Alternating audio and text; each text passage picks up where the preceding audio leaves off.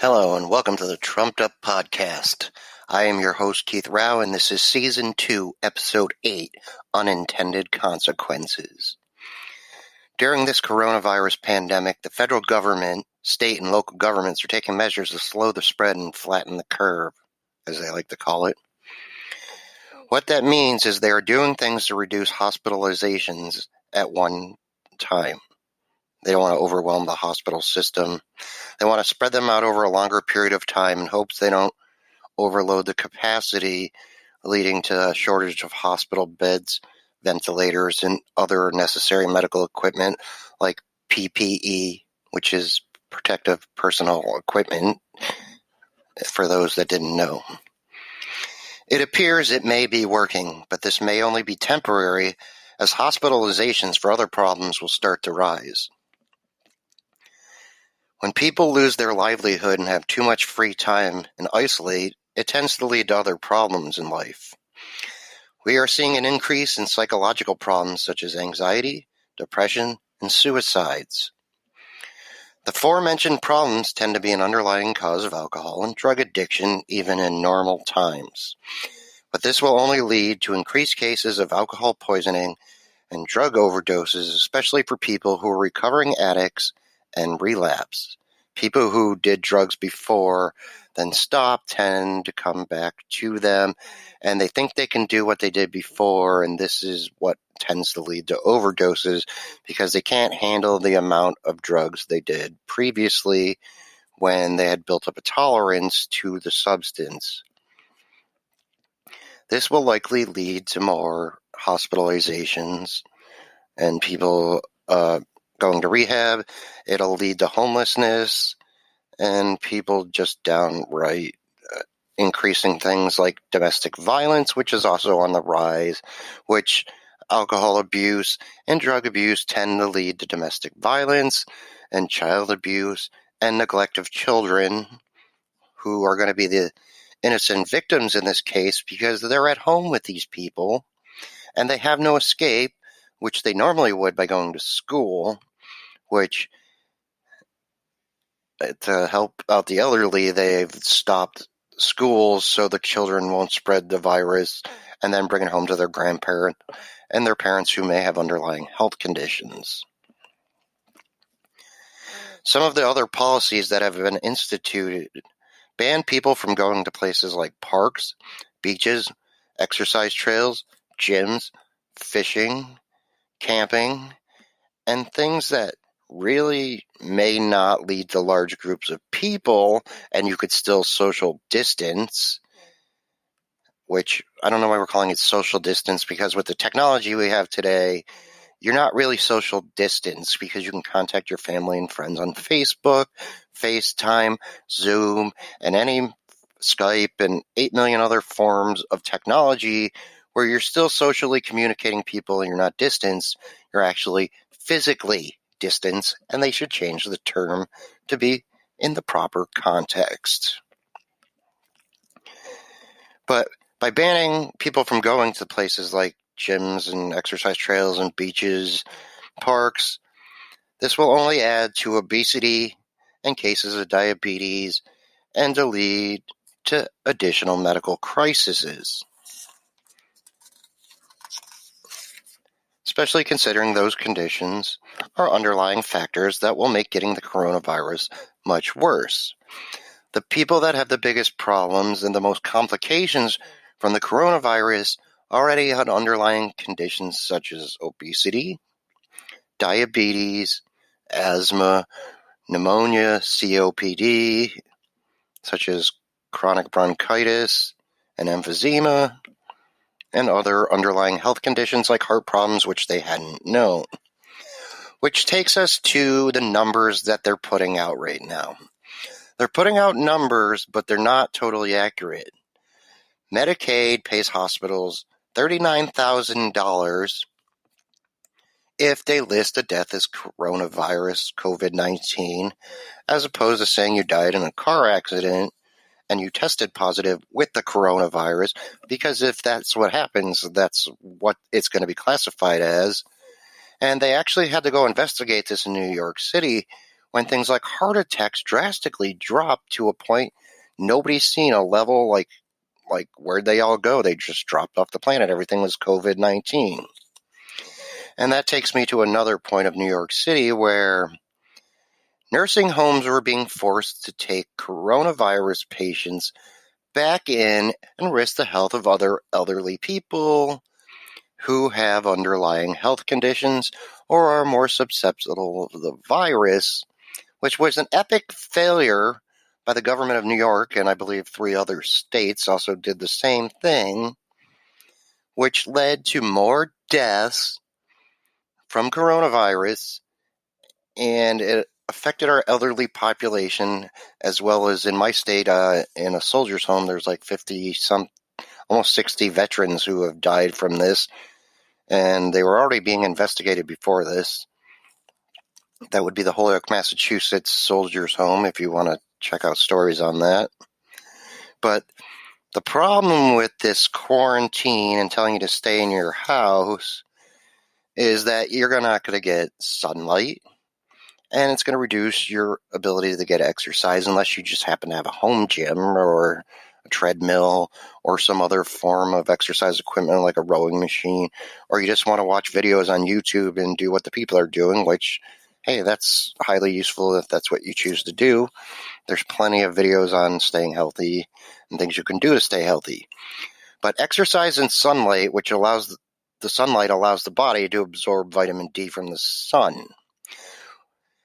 It'll also, but not getting exercise and not getting sunlight also lead to further depression cases, which will lead to increased suicides, as well as the fact that the sunlight has been found to help prevent the coronavirus because it boosts the immune system along with vitamin C, which it's been found in studies that high doses of intravenous vitamin C along with zinc and also hydroxychloroquine or chloroquine help people recover from the coronavirus. But these are all studies. There was also a study out of China where high doses of the antacid Pepsid, if it was given intravenously, helped people also recover from the coronavirus. Is this coincidental? Possibly. Does it have some effect on the coronavirus? Well, only time will tell with these things. Which takes me to vaccines. We're going to get into this for a minute. It wasn't in my notes here. But with vaccines, there's a vaccine for the flu, but it's not always effective for every strain of the flu. There's several different types of flu shots, especially one for elderly people, which is more effective and it's a higher dose, and it tends to help the elderly people not get the flu, which during flu season, my recommendation is to social distance, physical distance from people anyway, and you will reduce your infection of the flu, the common cold, and other respiratory viruses, or you'll at least reduce your risk of getting them. I know this is impossible for a lot of people because you have jobs and you have to work with the public, or you have to be out in the public and you have to go places and you have to do things. But also some of the things that people are doing, like stocking up on buying things in bulk like toilet paper and Lysol and these things, are things that people like me would normally do every month because we purchase things for a month at a time, if not for several months at a time.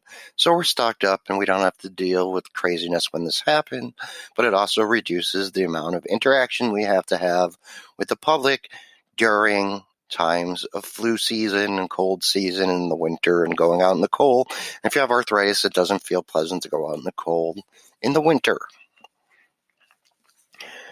Another problem we are seeing is that people who are eligible for unemployment compensation are making up to $600 more than their normally weekly pay. This was one of the Democrats' key additions to the several stimulus bills that were passed by Congress. Of course, they intended it to be this way because the consequence of this is workers will not likely want to return to their job, furthering the unemployment problem, which makes it look good for them, saying that Trump destroyed the economy, when anyone with common sense knows it wasn't Donald Trump that destroyed the economy. The economy was on fire. it was due to the coronavirus. And if anybody's responsible, it's the Chinese government and the World Health Organization, who misled the entire freaking world early on and still hasn't told the entire truth. Hence, Donald Trump wants to defund the World Health Organization, which all these stars just raised $150 million for him. So I say, hey, why doesn't China and all these people that support them do this every year and fund it their damn self? Because our tax dollars shouldn't go there. There's better things we can spend our tax dollars on, like our own health organization, such as the FDA and other organizations within the U.S. government. But yeah, the consequence of this, the workers aren't likely going to want to return to their job until they've exhausted those benefits, which is about 39 weeks, which is more than half a year.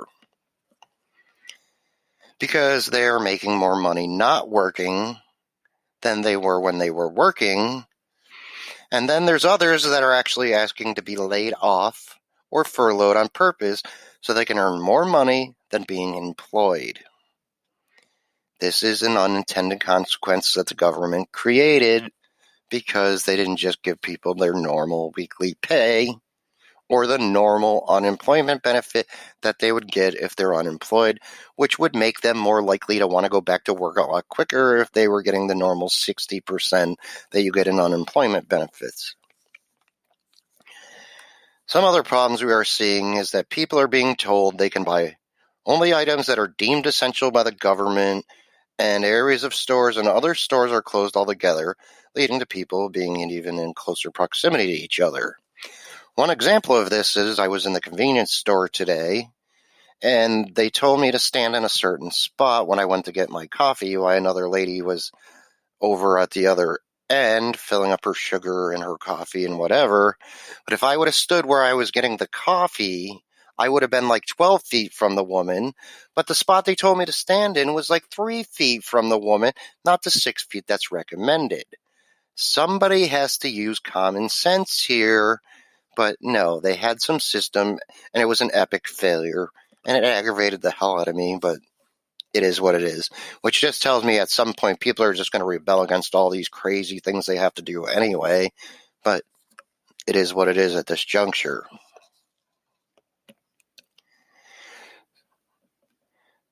So yeah, this leads to people being in closer proximity to each other.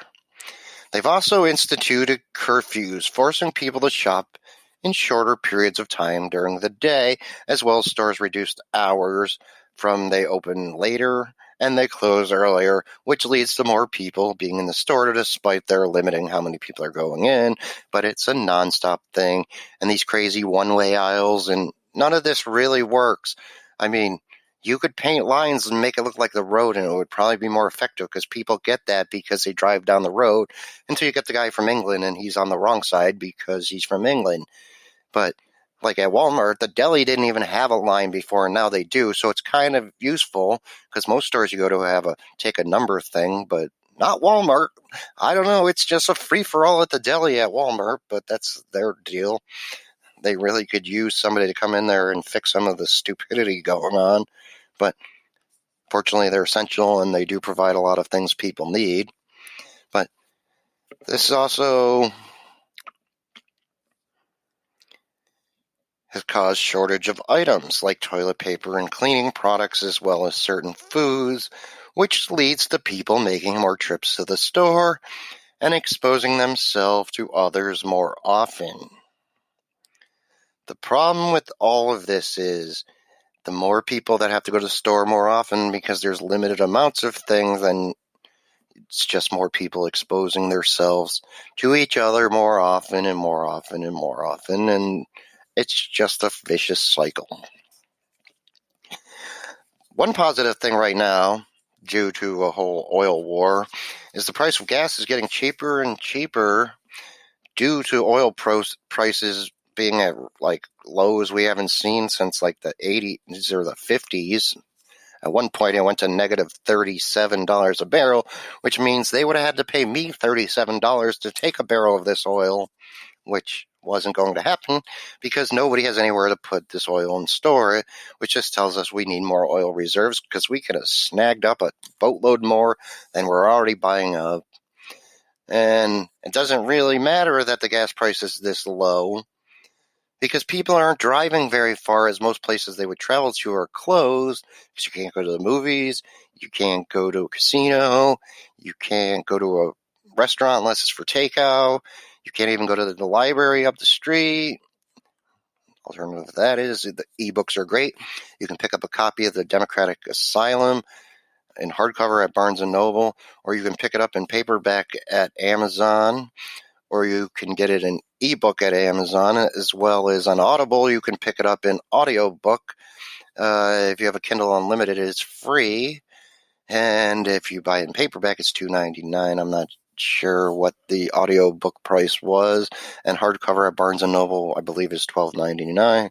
It would be awesome if you go out and buy a copy of The Democratic Asylum, a Political Manifesto, or just go over and give me a review, because that would be helpful too.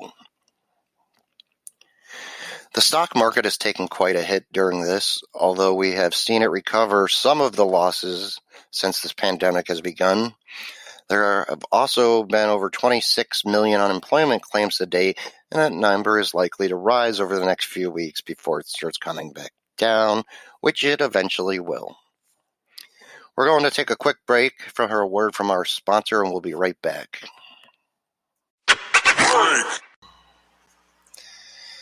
Hey, you too can join the podcasting world and be one of the greatest podcasters out there. Build an audience, get sponsorships, earn money, and do many, many interesting things. You can also get listener support to help sponsor your show, all by using Anchor. Anchor is the easiest way to become a podcaster.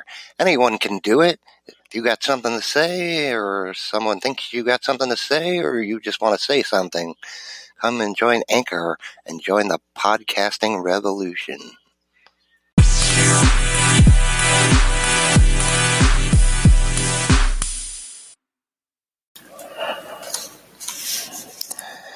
Welcome back to the Trumped Up Podcast, Season 2, Episode 8, Unintended Consequences.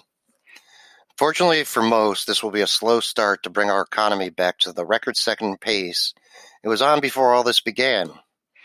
This will make Democrats and the media ecstatic, as they hope this will all ruin President Trump's chances of re-election. But with senile old creepy Joe Biden as their nominee, it's highly unlikely they have any chance in hell of winning in 2020. We're all doomed if he does. Let's all hope we can also take back the House and keep the Senate in the GOP control so we can actually get things done and send our economy into overdrive. Although it's going to be a slow process before it takes off, the economy in 2020 is going to be record-setting, but not if Biden somehow pulled off a victory. If that were to happen, it's likely we would see a stock market collapse leading to a Dow 14,000 or lower. That's pre-Obama levels. I believe that's George Bush era levels, Bush number 2. While we're on the subject of Joe Biden, we have to talk about allegations of sexual assault against him by Tara Reade, a former staffer of his. Her accusations have some credibility and were reported to some Senate office, as well as friends and family members, unlike Christine Blasey Ford, the Kavanaugh accuser, who couldn't even get her story straight. Despite the Democrats and the Me Too movement said we had to believe all accusers, they are relatively silent on these allegations. In every interview they do with Joe Biden from his basement or when he does his podcast, this is never discussed. It's kept in secret because the Democrats and the media and Hollywood like to cover for each other. Most media outlets have barely even discussed this, and even when one tape of a Larry King Show episode with Reed's mother was discovered, CNN suddenly scrubbed it like Hillary Clinton bleach bitter emails. It's likely if it wasn't out there that we'd never see this again. But fortunately, other people have seen it, and it's been reported widely by Fox News and other conservative outlets who actually cover more news despite their evening shows of commentators which state their opinion. If the info in the slush fund from Congress was released to the public, it's likely these allegations were in there, and there was likely a payoff by the Democrats. Many of the Democrats may not want to talk about this, hence they've paid off many of people, and this information is private, and this fund shouldn't exist anyway.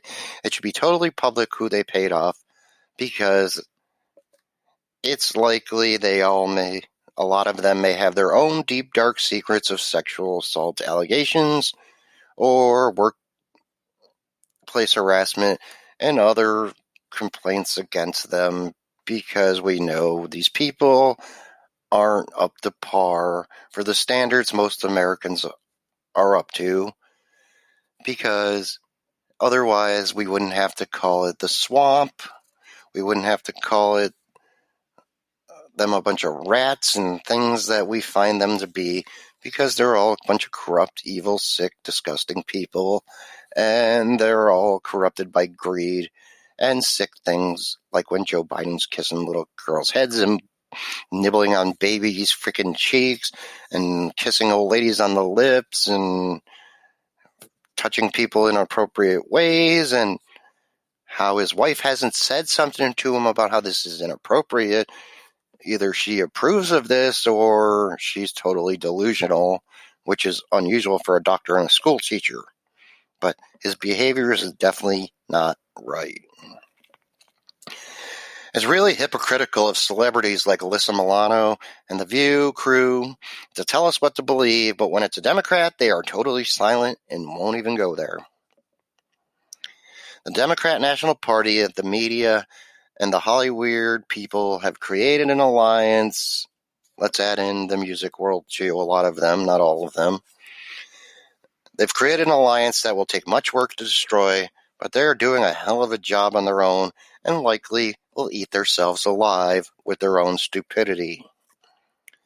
Well, thank you for listening, and remember, you can catch this podcast over a wide variety of podcasting platforms. You can check us out on Facebook, Instagram, Twitter, and YouTube as well. Remember, you can pick up a copy of The Democratic Asylum at Audible, Amazon, and also in hardcover at Barnes & Noble. We've also now been added to iHeart Podcasts, so you can check us out over there as well as Spreaker. And if you check us out on YouTube, it's been re-added when I post the podcast. It goes to Spreaker, and then it's uploaded to YouTube, and it made my life a lot easier because it's all automatic, and before I had to do this recording process, and it was annoying. But this has been the Trumped Up Podcast, Season 2, Episode 8, Unintended Consequences. I'm your host, Keith Rao, and I am out.